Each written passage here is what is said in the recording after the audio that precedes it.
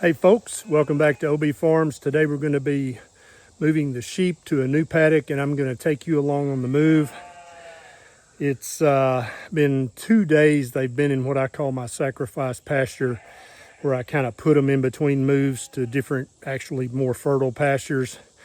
And so we're about to move them to a new paddock that I just reclaimed last year, and it's much prettier than it was when I first got it. It had all kinds of 10-foot tall saplings and blackberry brambles and all kinds of crap, and it's looking more like pasture now. It still needs a lot of improvement.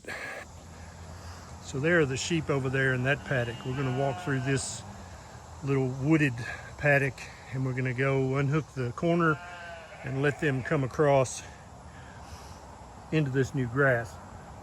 Now, I do not feed the sheep any kind of grains or sheep food, but I have trained them to a bucket so that they'll follow me. The first few years, well, the first year and a half I was doing this, I was actually trying to drive them, walking slowly behind them, and that was a real pain in the butt. And so I finally gave up, bought some sheep food, and I give them about a half bucket with each move to train them to follow me.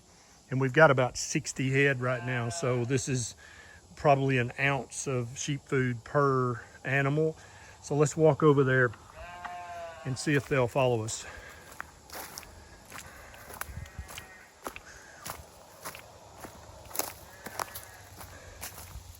I've probably already walked 2 miles today on this farm, putting up the new paddock fence and doing other chores.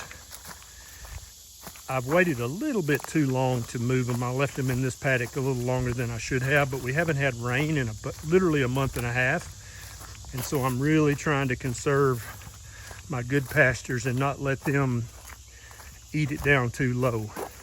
They're just sheep. They don't know better. If they're hungry, they're going to eat. It's my job as shepherd to know when they're going to eat the grass too low and cause it to die back or not rebound. Look at them. They're all like, dude, where have you been? We're ready to move. Hey, flock, I'm sorry. I'm not in charge of the rain. At least I'm not. Maybe some people are. I don't know. Hi. There's Dogga. Hey, Dogga, baby. Some cute little lambs. Are you guys hungry? You ready to move? Dog is ready. Every time I move him to a new paddock, he loves to dig new holes and find new shade to get in. Look at that ram. All right, guys, let me unstrap you here and then we'll go. So I've got these hot hookups that do transmit electricity, but I got the fence turned off, but they don't know that. Hey, mama, you ready to go? Okay, let me get this fixed. All right, here we go. Come on, sheep. Come on, sheep. They're so happy. They're like, yes, fresh grass and a little sheep food. Let's go. Bah. Come on, sheep. Sheep.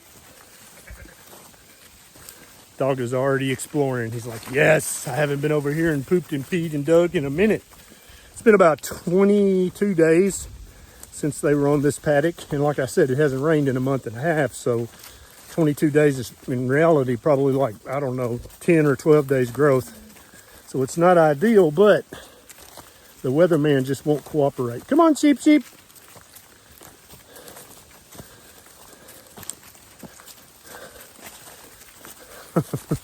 Come on, girls and boys, let's go. Sheep.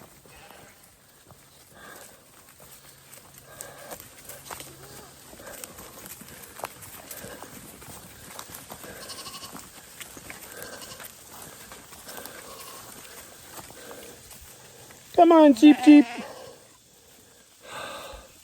Sheep are just like people. There are always the early birds, and there are always the cow's tails. Come on, you lazy butts. Let's go. Okay, I'm going to dump this food bucket, and you can watch them eat a little bit, and then I'm going to go finish closing this paddock up. All right, dumped out the bucket. Some of them are eating. These young ones are just looking for trouble. That little ram right there. So by the time they get finished eating that little bit of sheep food, I'll have this closed in. That little one's already looking for some green stuff. He doesn't even want the sheep food. A lot of them are like that. They'll nibble it, but then they go looking for grass.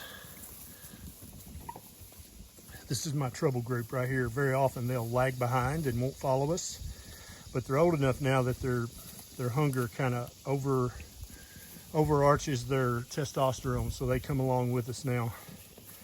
All right, let me go get this paddock closed in and we'll talk some more. So the sheep are way back over there through the woods on that hillside, eating their sheep food. There's Dogga exploring the new paddock. He's got to pee on everything to remark his territory. I've already got their water buckets out because I don't have water on this paddock. And that black Dodge Ram is for sale if anybody wants it. And I've got my fence all the way around to this point. And here are my two reels. I'm going to go ahead and reel it back through the woods to where the sheep just walk through the gap. And then this paddock will be secure.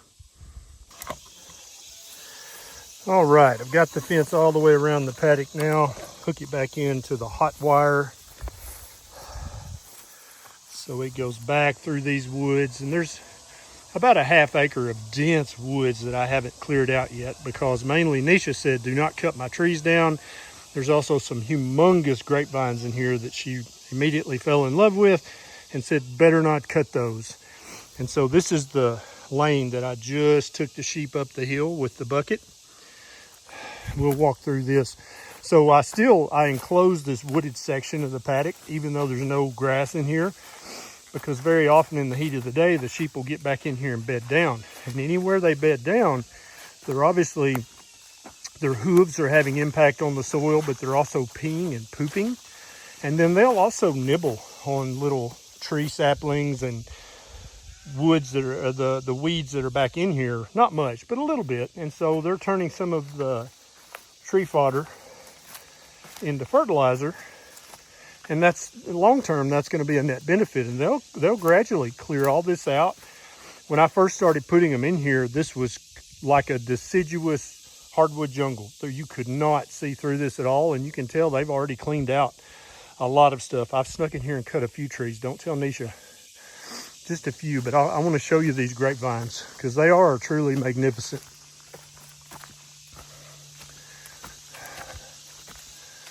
You can kind of see them in the distance right here. Look at these things. I don't know if I've ever seen grapevines this big or not. Can you see those grapevines? Like Tarzan would be ecstatic about these grapevines. Some of them are as big around as my ankle. This guy, how crazy is that? And now we're back up to the grassy portion of this paddock, and the sheep are already done with their sheep food. And now they're out eating grass and weeds.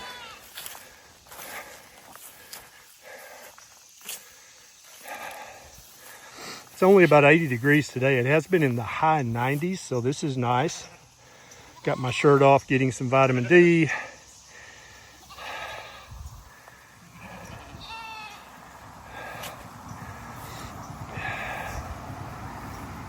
So that's what my morning has been like.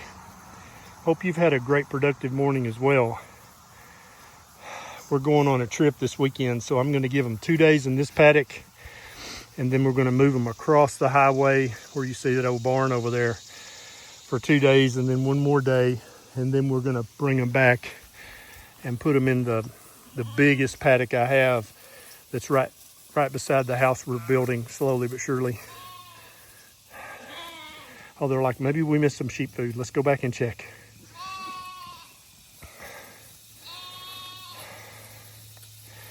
All right, guys, that's the update from OB Farms. Thanks for watching. Thanks for subscribing and sharing this around to anybody you know who might be considering getting a few sheep. I tell you, it's one of the most pleasurable,